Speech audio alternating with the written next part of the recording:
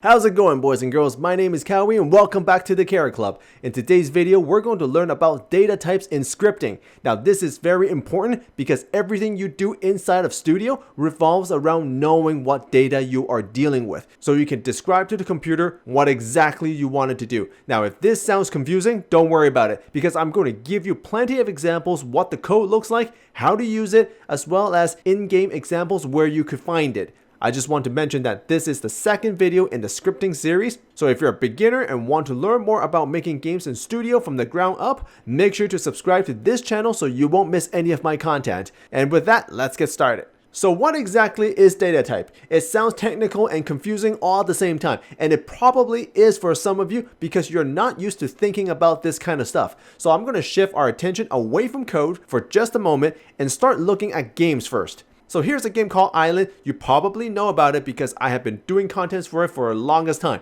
And if I ask you how many stuff can you name inside of this game, and you'll probably be able to tell me a lot more than you actually know. And we're going to use this game as an example. So first thing we see is that we got portals.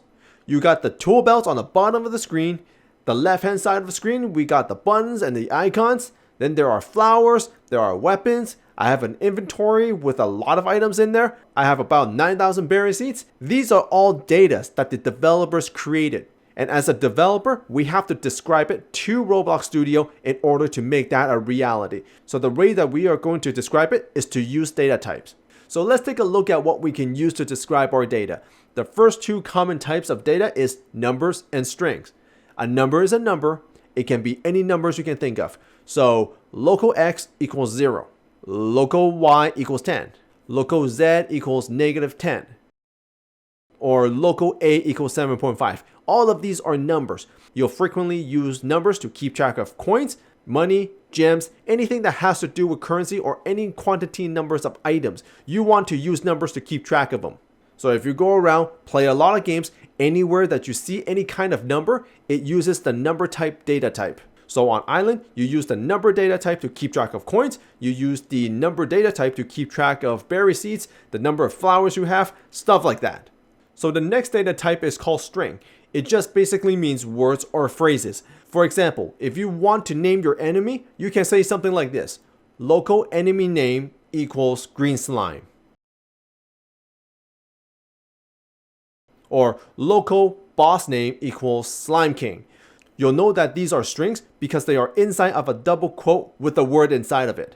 If you go inside of Island and take a look at all the inventory, you can see that all of these items have names and numbers associated to it. So here is berry seeds and I have 9,000 of them. So if I were to write this in code, it will look something like this. Local item name equals berry seeds.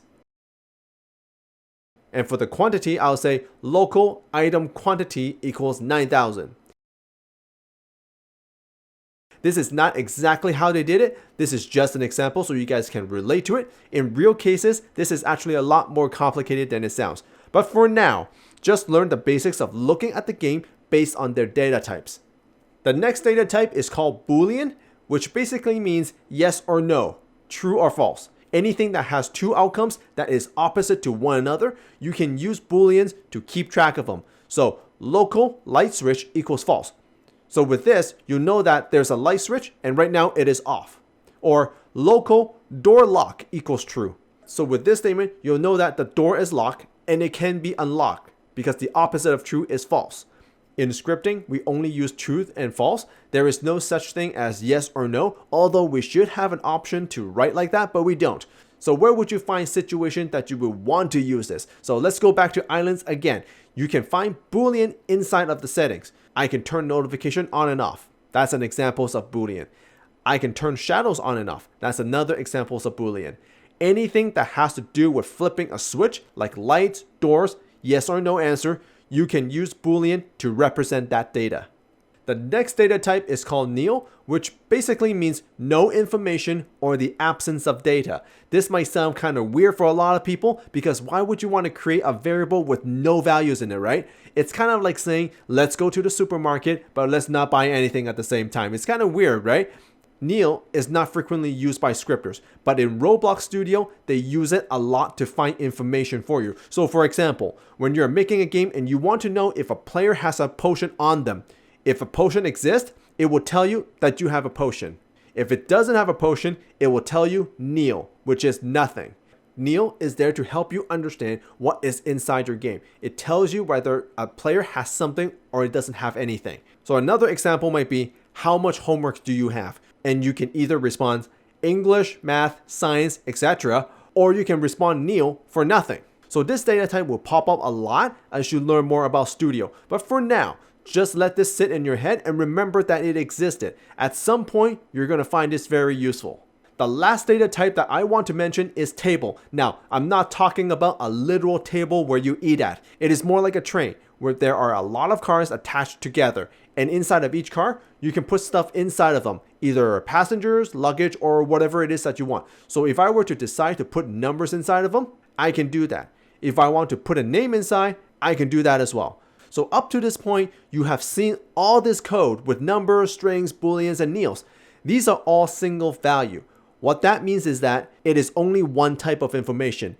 Now, when you're making games, it is not always just about numbers and string. Sometimes you need a combination of both. So if you want more complicated data like a weapon, then you need to use a table because it has a name and it has a damage.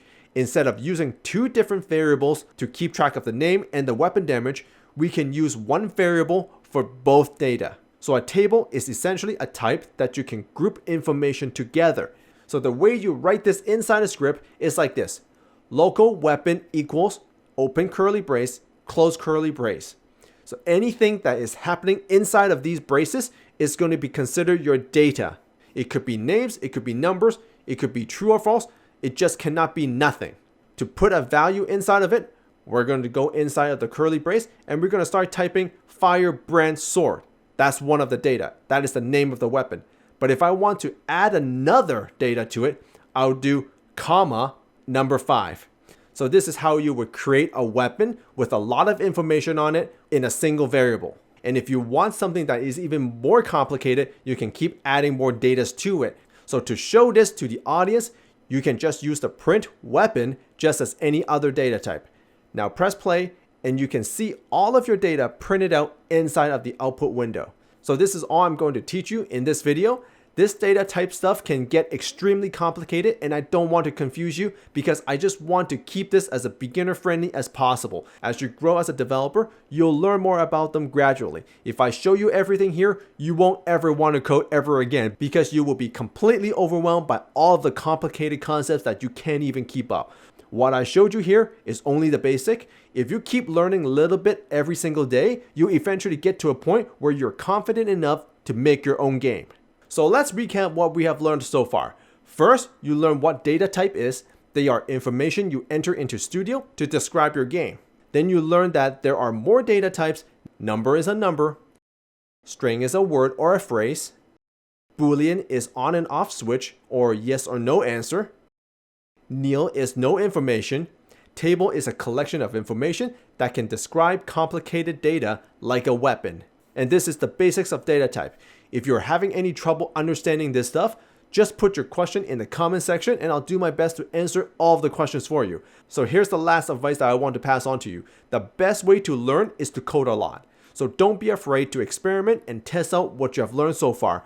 Just don't assume you know it. The only metric that shows how good you are with code is by showing the results. The more results you get, the better you become. So thank you boys and girls for watching and I'll see you in the next video in game or at the Carrot Club. Take care everybody.